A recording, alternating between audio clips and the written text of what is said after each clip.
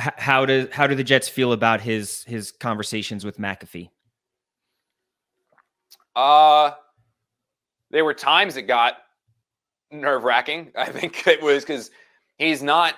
So, for example, I mean, for anyone who hasn't been in a locker room, like when you have when you're a major player and you have a major platform like that, usually the media relations staff talks to the player before he gives an interview. You know what I mean? So, like, if a player gets suspended before he's brought to us, and I'll throw my little logos back here, otherwise my lighting's gonna get all screwed up. So before any player talks to us on a controversial topic or issue, media relations staff goes to him and basically says, like, hey, they're going to ask you X, Y, Z. Be prepared for these questions. You probably want to answer it this way. More importantly, these are probably the 5 or 6 things you don't want to say. Like, don't say these things, because you say these things, it's going to end poorly. Like, just don't say those things. Aaron kind of, I'm sure they talk to him and say, like, hey, be prepared for these questions. Aaron's been doing this a while, and Aaron's been in the spotlight for a while, and he's been polarizing for a while. I don't necessarily know how much he goes like, okay, yeah, you want me to say this? I'm going to say this. So those McAfee things, like when he goes off and says some of the things that he says, I don't necessarily know if the Jets are like, know exactly what he's going to say. And when some comments were made, whether it was the Kimmel remarks or when he then went back at Kimmel after Kimmel responded to him, I don't necessarily know if there was a lot of understand. I think they were probably watching that interview and saying, like, what's he going to say?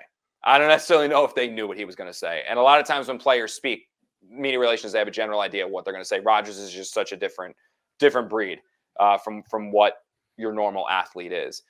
I think I would, knowing how media relations people work in general, their whole objective is to control the narrative, right? That is you want to control the narrative. You want to control it all. And when you have a player that's speaking on a platform that you don't necessarily have control over, I'm sure, like, yeah, they would prefer he doesn't do that. That's just normal. Do they have an issue with him doing it? No. So it's 2. Like, yeah, obviously, like, if it was up to NFL communications departments, the only time players would speak would be exactly when they are sitting in the room with you. Like, they don't like when you have one-on-one. It's just how the world works. Because, again, they don't want random quotes to get out. Think about when NJ.com talked to Evan Neal and he made the comment about the people flipping burgers and hot dogs. Like, that's who Giant fans are. Like, yeah, the media relations staff wants to be next to him to be like, don't say that. Like, off the record, don't say that, right? Like, that's what they want to say. They're not able to control everything. So this is a situation where they can't control it. So they don't necessarily have an issue with it. But yeah, I'm sure in a perfect world, they were like, no, the only time Aaron speaks is on Wednesday for 10 minutes in front of our local media, and that's it. I'm sure that's what they prefer, but that's just not how it works. So it sounds like they probably wouldn't try to stop him from going on those podcasts or no, doing McAfee interviews. But they couldn't. Even if they wanted to, they couldn't. So Aaron's his own guy. Aaron's gonna do what Aaron wants. Yeah. And they're not gonna be able to control that.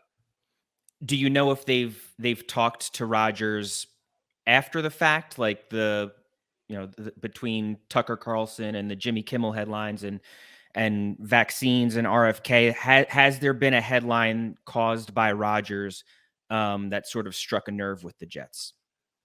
I think the stuff with Jimmy probably didn't sit super well with them. That one would probably be the one. As far as like the vaccine and politics, like, that, like you talked about it in Green Bay. It's not like he was just going to stop. Yeah, it's not like the Jets could sit him down and be like, look, if we're bringing you to our team, you're not talking about this anymore. Like, that's not where. If they said that to Aaron, he'd be like, okay, well, I'm going to go play for the Raiders then. Like, bye. I'll go relink with Devontae. Like, I'm good with that. Like, so it was one of those things where you know what you're getting with that. Some of those other headlines, I think, were probably the ones that maybe made them go like, oh, didn't think that was coming out. Like, that was, I think, one of the, some of that stuff. Yeah.